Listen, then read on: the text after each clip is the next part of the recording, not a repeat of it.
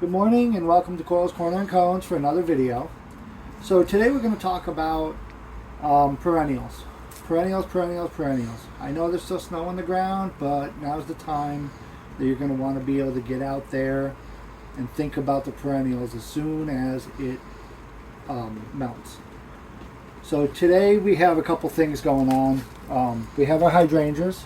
These are all a pink hydrangea, game changer. We have the blues over here. So these are a medium-sized hydrangea. Yes, they come back every year, and easy to take care of, drought resistant, and full sun. We're going to move on over here to the rose. I know it seems like a small rose at the time. This is called the Sun Rosa, and this rose here we start very, very small so we can size it for our customers. And this rose is probably an 8-year perennial, and the more you cut it, the more it roses. So just remember that if you see the rose, you like the rose, pick the rose, a new rose pops up. We're going to move on to my mother's favorite. This is forget-me-nots. We grow these every year. A lot of these are in memory of her. They are a part sun, part shade. I would recommend more shade, maybe if it's under something so it gets filtered sun. They'll do so much better than full sun for sure. We're going to move on to some of the newer stuff that we have this year.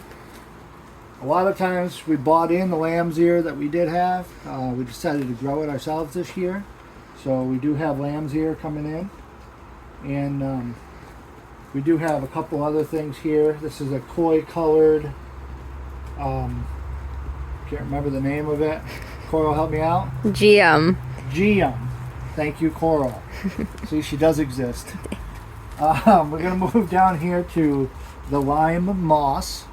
This is a great little color pop for your perennial garden. It says part shade, but I would recommend morning sun anyway, if possible. Never put this on the north side. It won't do very well at all. Although, let's segue into the north side. Right here we have a newer one called Brunera, and it's called Frostbite. If you take a look at that, this gets fairly large. It's full shade, like your hosta. Don't forget your hosta. Plant these with them. Real beautiful color segment in here. It gets better color in full shade. So I know we talked about perennial, but since we're here, we are going to talk about herbs. We're in our herb garden today. We've been planting quite a few of these. These are called Country Kitchen. If you've done business with us before, you would know what Country Kitchen is because we grow them every year, usually in hanging baskets. This year's hanging basket, though, is a colander.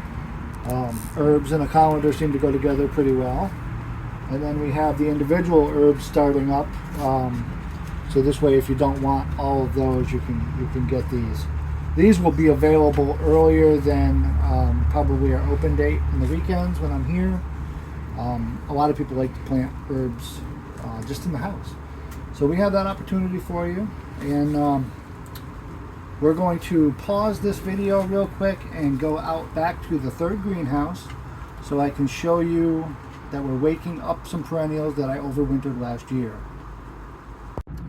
Hello, welcome to the third greenhouse. This one is just for growing.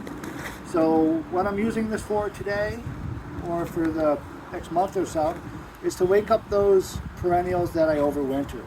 So follow me over here. Here we have the arborvitaes. The deer hit these pretty good. Not gonna lie, if you've got an area that is real deer infested, these will more than likely be decimated. These will grow out very well though from here, and the American arborvitaes. Come on down here. We have a couple burning bush left, a boxer sprinter boxwood. We had a lot of these last year. We sold a bunch of them. We only have a couple of these left. Forsythia, that's the flower that you first see in the springtime. Basically yellow. If you ever wondered what they were, they're Forsythia. we have a bunch of these that are coming out here very shortly. Moving on to lilac. The lilac right now doesn't look like anything, but boy, they have some nice buds on these. If you take a look, if you can see those, Coral, that's you know, all these buds are so many flowers are going to be on here. This is called Bloomerang. It is another proven winners, and it's kind of a short bush. I'd say 4 or 5 feet tall at the most, and it's more rounded than your grandmother's giant lilac tree.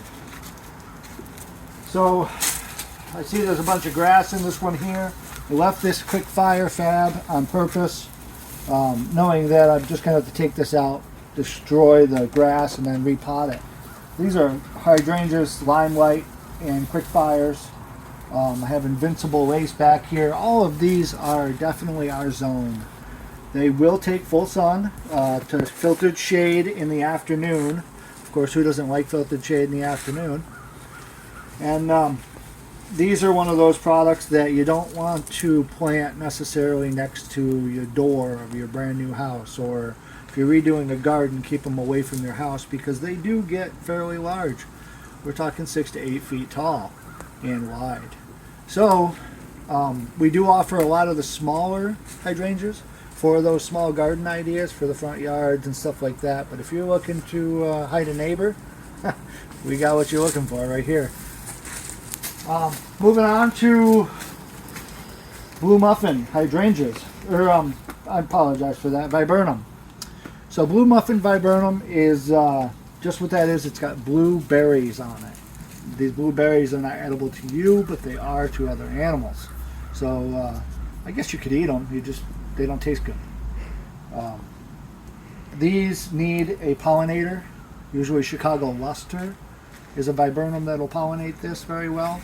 And we have, I believe, some other viburnum coming in that will also help with pollinating these.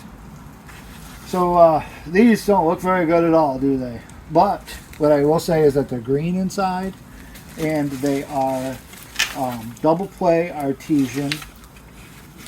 You will see that these will come with tiny little colors coming out of them in the springtime. And these are 2 to 3 feet tall.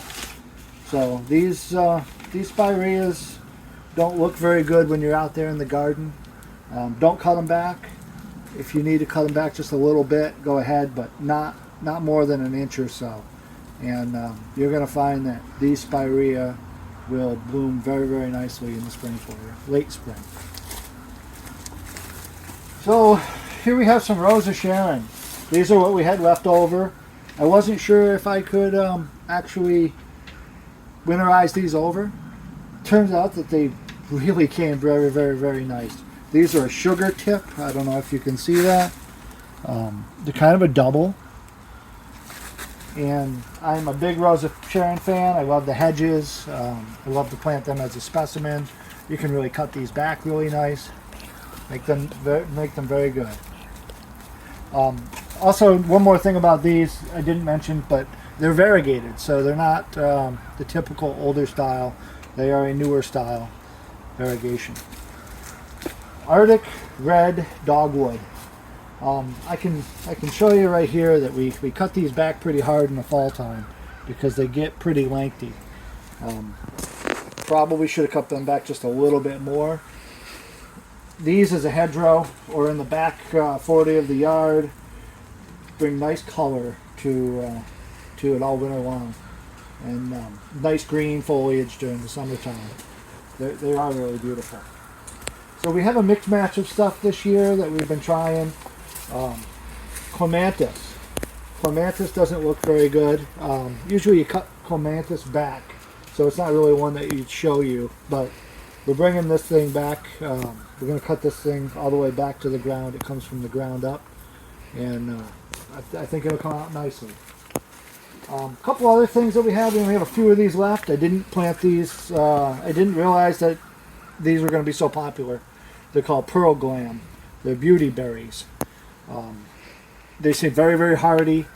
They're definitely zoned for our area. and they did winter over nicely. I only had 2 of those left, so we have about 200 to 300 more of them to bring in, including the hosta. All my willows are out there, and really, let's take a walk out there and take a look. Be right. So now we're out back, and I wanted to show you, this is where we house all of our perennials over winter. We did take a few of these out of here, but in here we have all our willows and all our hostas. And as you can see, it's snowing out right now, so Coral's happy that I made it come out here. I'm going to walk all the way over the other side here, and really this is what they look like. There's a forsythia, taking it out of there. It's got leaves in it, all that other stuff, but these winter nicely, just like that. You see the two piles here. It keeps the wind off of them in the winter time. And really, that's what we do is we come out, we grab these, and we bring them in and we wake them up. So anything you saw last year that we had, anything left over, we have here. So I just wanted to say thank you very much, and happy planting.